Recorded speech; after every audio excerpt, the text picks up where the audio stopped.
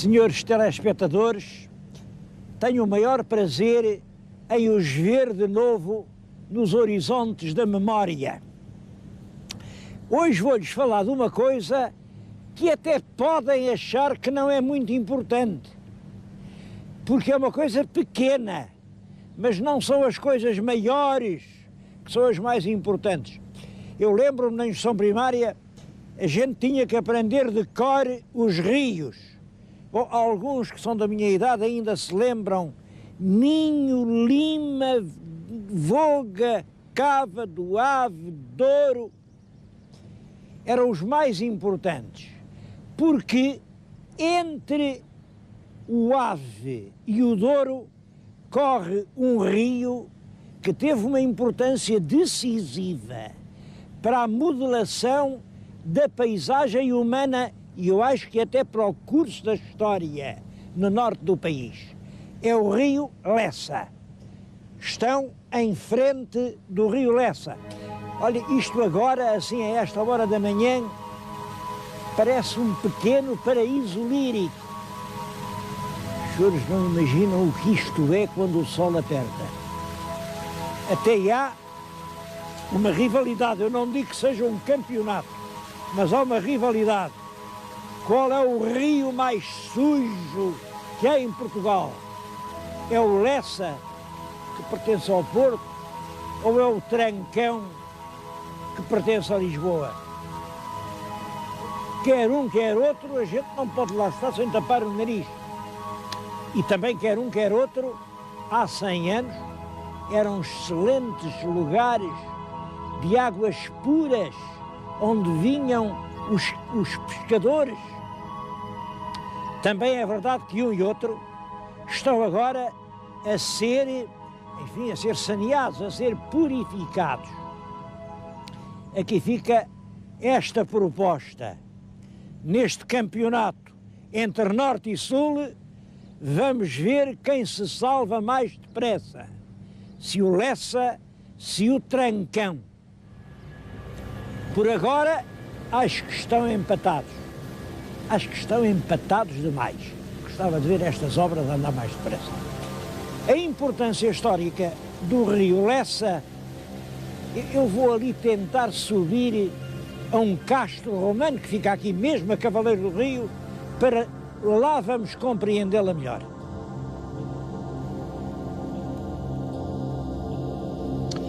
Estes muros que agora estão a ver são construções romanas feitas dentro do castro. Até ao cimo desta montanha há 3 muralhas, portanto, um castro pré-histórico que os romanos depois ocuparam. E devo dizer que daqui até ao curso do rio atual são 50 metros. 50 metros. Tenho junto de mim a planta atual. Ora bem, nós, neste momento, estamos aqui. Veio o rio junto de nós. Na época romana, tudo isto é um areal e é possível navegar até aos muros do castro. Tudo isto é mar ou areia. E depois o rio continuava.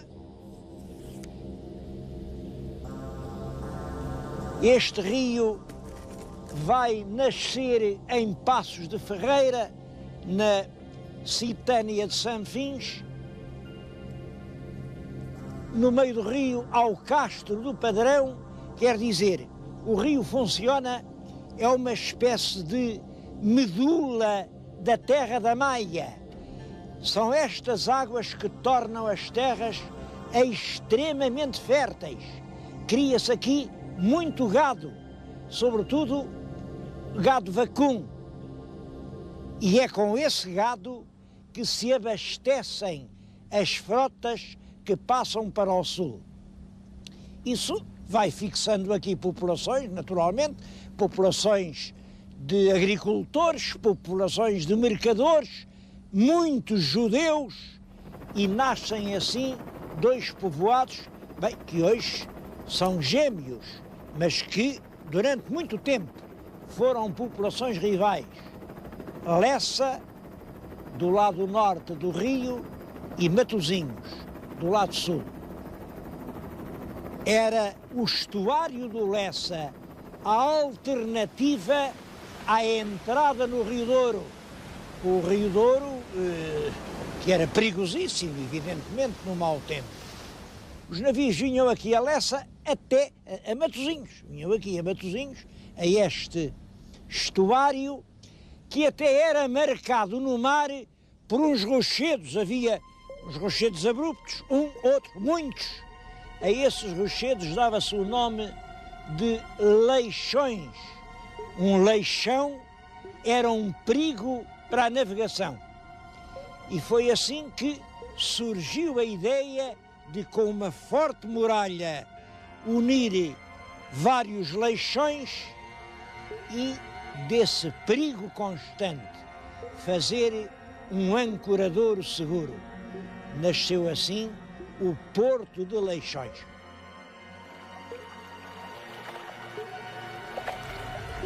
Essa história do Porto de Leixões é uma história antiga. Já no tempo do rei Dom João V, e portanto, quer dizer, na primeira metade do século XVIII, há mais de 200 anos, já se falava nisso. Mas é claro, as coisas são difíceis, custava muito dinheiro, e só quando se deu aqui uma tragédia, em 1852, o vapor Porto, ao tentar entrar a barra, foi atirado para as rochas e morreu quase toda a gente, e gente da alta, eram pessoas de grande prestígio na sociedade portuense. A isso se deve a emoção que a tragédia causou. Então, é claro, depois de acontecido o mal, agora lá se resignaram a fazer finalmente um porto de abrigo em Leixões.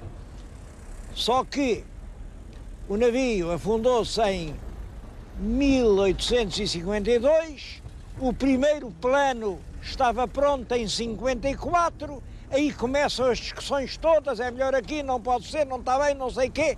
Chega a 64, passam 10 anos. Em 10 anos muda o plano, faz outro plano de outra maneira, porque não sei o quê. Agora é que está bem, vai-se fazer, mas não há o dinheiro. Não há o dinheiro, chega a 74. A 74 já lá vão 20 anos. As obras não há maneira de começarem, porque entretanto tinham começado as estradas, os comboios, não sei o quê.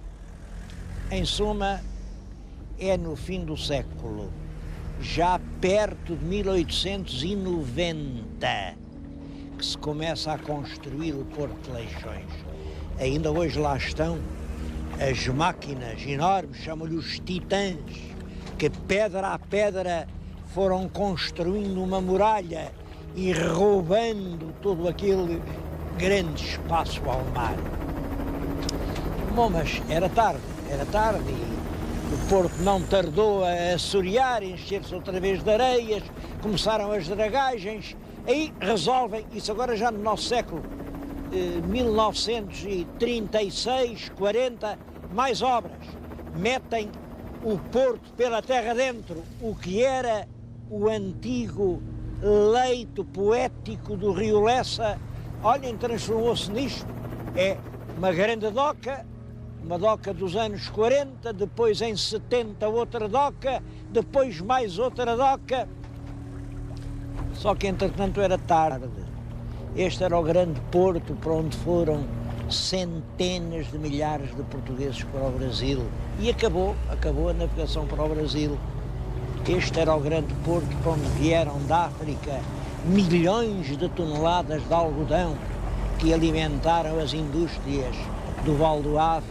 Bom, e agora já não há colónias, já não há algodão, só continua a haver o Val do Ave. As coisas, muito tempo adiadas, acabam por chegar tarde demais. E na raiz desse adiamento está o egoísmo humano. É que as pessoas que já tinham lá os seus armazéns ali mesmo, no Rio Douro, em Miragaia, então os navios iam ficar agora aqui em Leixões, em vez de irem até lá onde eles tinham os seus armazéns. São sempre os interesses instalados que impedem as soluções para os interesses do futuro.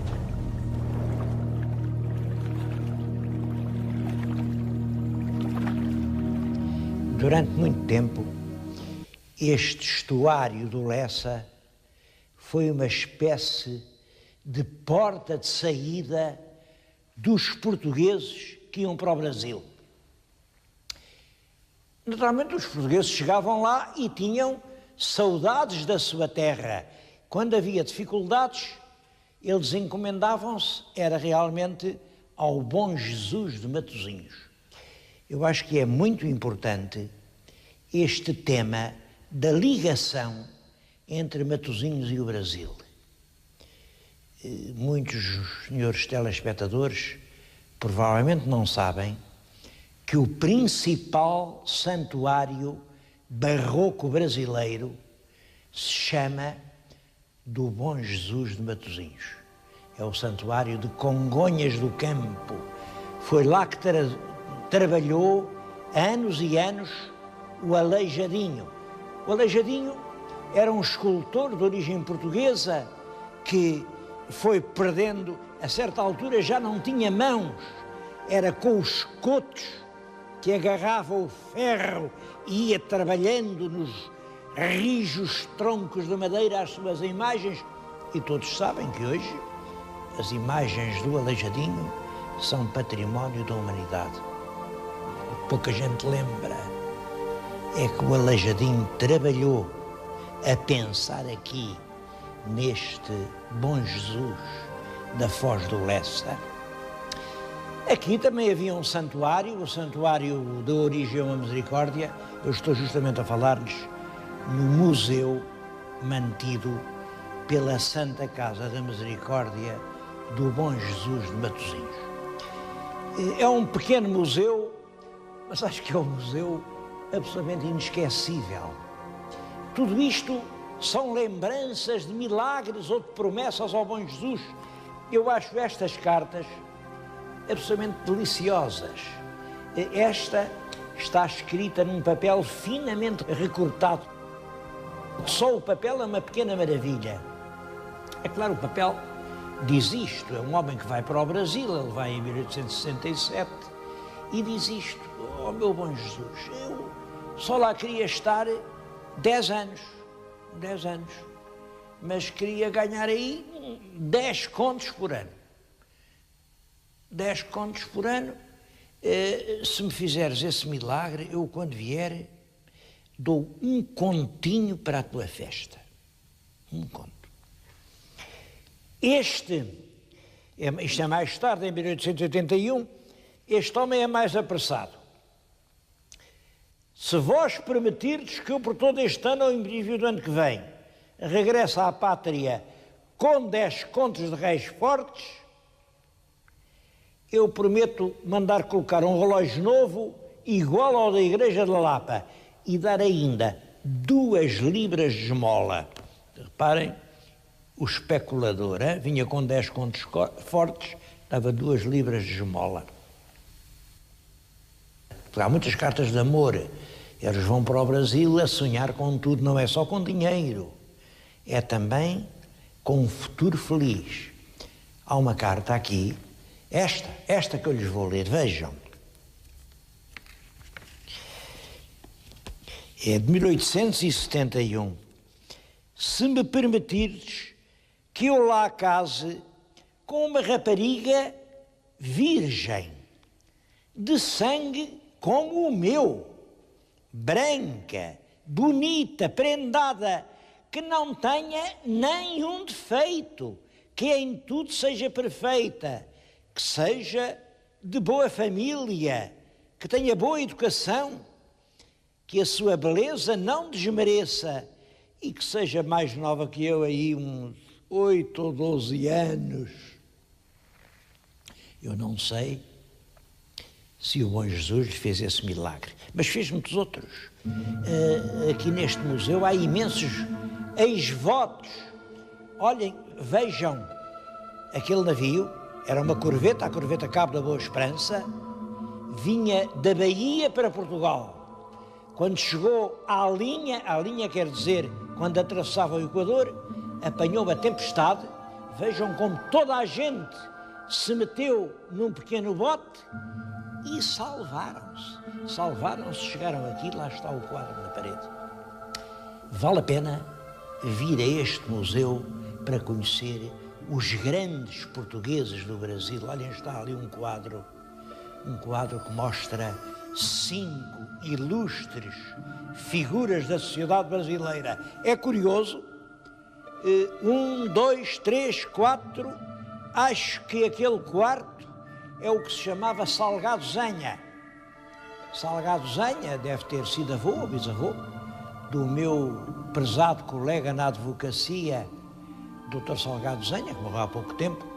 E aqueles velhinhos, vêm aqueles velhinhos, é um casalinho de gente muito velha, pois durante a vida inteira mandavam aqui ao Senhor Jesus de Matosinhos um belo carro de bois, os melhores bois que tinham, carregado dos melhores produtos que a sua propriedade dava, e ofereciam não só ao Bom Jesus os produtos da propriedade, como o carro e os próprios bois.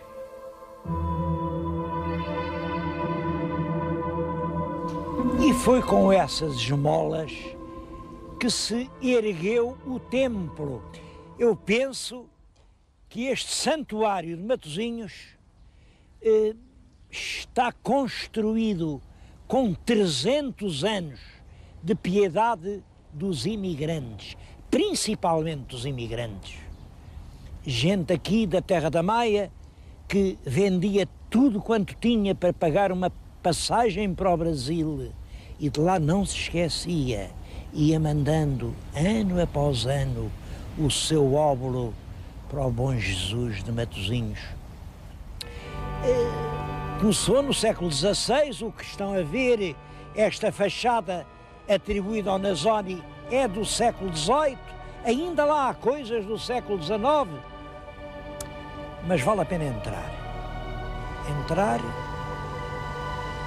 penetrar até à Capela Mor, que é um dos momentos mais altos do barroco português. Eu não conheço nada em talha tão belo como esta Capela Mor de Matosinhos.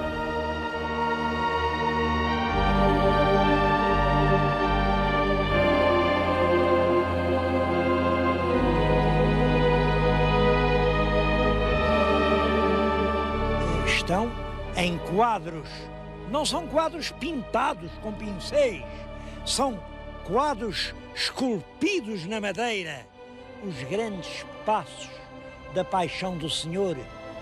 Além, é a última ceia, de maneira original.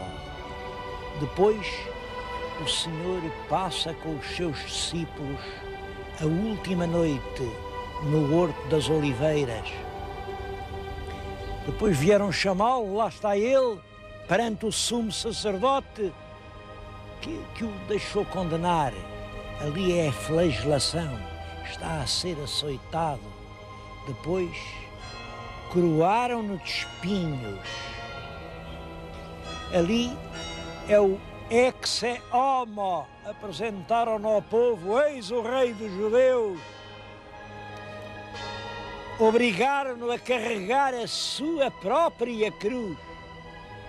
E veio a Verónica que enxuga as lágrimas sangrentas do Senhor. Enfim, Cristo é pregado ali brutalmente no madeiro. E tudo isso serve de introito à imagem célebre, à imagem que já então tinha muitos séculos de existência.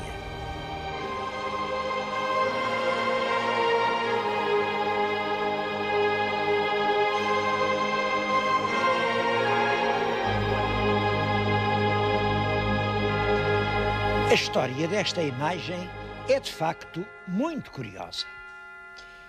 Não há dúvida de que é uma escultura medieval. Os especialistas dizem século XII, século XIII, sobre especialistas. Eu tenho aqui um livro do Dr. Joel Cleto, sobre o Senhor de Matosinhos, que ensina tudo o que se pode saber sobre o Senhor de Matosinhos, e que é um livro realmente muito bem feito. E cá vem a hipótese de que século XII, século XIII, bom, sem dúvida é uma coisa medieval, estava no mosteiro medieval, mosteiro de Boças, de lá veio para aqui. Agora, mais curiosa ainda que a história é a lenda, porque, e essa lenda está um bocado na origem do enorme sucesso da imagem. A lenda é nem mais nem menos que esta. Como sabem, Cristo foi crucificado e depois de expirar foram dois judeus, um era o Nicodemos e o outro José de Arimateia, e foram eles quem retirou o corpo do madeiro. O Nicodemos era um homem culto e aquilo impressionou muito. Matarem uma pessoa só porque ela prega a paz e a justiça e ousa dizer que todos os homens, por serem filhos de Deus, são irmãos entre si. O Nicodemos ficou muito emocionado com tudo aquilo. E até aqui estamos dentro da verdade, porque isto está referido nos Evangelhos. Mas é aqui que começa a lenda. Diz que o Nicodemos, que até era judeu, retirou-se e com aquela imagem patética de Cristo agonizante na cruz, passou o resto da vida, imaginem, a fazer o quê?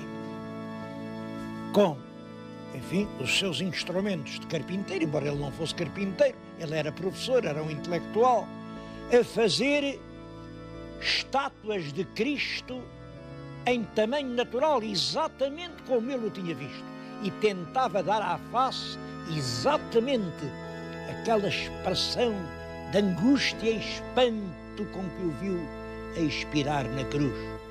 Fez a primeira, mas achou que não ficou bem, deitou ao mar. Fez a segunda, deitou ao mar. Fez a terceira, deitou 4 imagens ao mar. Bom, e cada uma está lá na Síria, porque tudo isto passava na Ásia Menor. Uma está lá na Síria, outra foi dar à Itália, onde é muito venerada, outra entrou pela Galiza dentro, também não sei bem como, mas a melhor de todas, a que estava mais parecida, a primeira que ele fez, veio aqui, veio pelo Mediterrâneo fora, passou ao sul da Itália, navegou pelo Estreito de Gibraltar, veio por aí acima, passou diante de Lisboa e não quis entrar lá, mas veio aportar à foz do rio Lessa. Claro, os frades, quando ela foi encontrada por uma pobre mulher, levaram-na para o convento, por sinal que vinha sem um braço, mas 50 anos depois o braço também apareceu. Portanto, a imagem seria nem mais nem menos que o retrato do próprio Cristo, visto por alguém que o viu agonizar na cruz. Bom, como podem calcular, estas lendas não têm nenhum fundamento histórico. É claro que não é possível deitar 4 estátuas ao mar e elas navegarem, nada. Mas esta lenda, contada assim, emocionava muito os crentes. E havia uma outra razão, e para isso é que eu queria chamar a atenção. É que hoje a festa do Bom Jesus de Matosinhos é exatamente no domingo do Espírito Santo. No domingo do Espírito Santo. Como sabem, as comunidades de judeus aceitaram sempre, mesmo depois da conversão, aceitaram as festas do Espírito Santo. E a Igreja transigiu, por exemplo, em Ponta Delgada, arranjaram também uma imagem de muita devoção, o Senhor Santo Cristo, e em todos os Açores há as duas devoções que se embatem, o Divino Espírito Santo e o Senhor Santo Cristo. Aqui, a imagem do bom Jesus conseguiu substituir completamente a festa do Espírito Santo, cujos dias hoje ocupa. Mas penso que essa convergência, o culto do Espírito Santo, com o culto cristão exacerbado pela pregação dos dominicanos da imagem de Cristo na cruz, que fez a extraordinária difusão mundial deste Senhor Jesus de Matosinhos.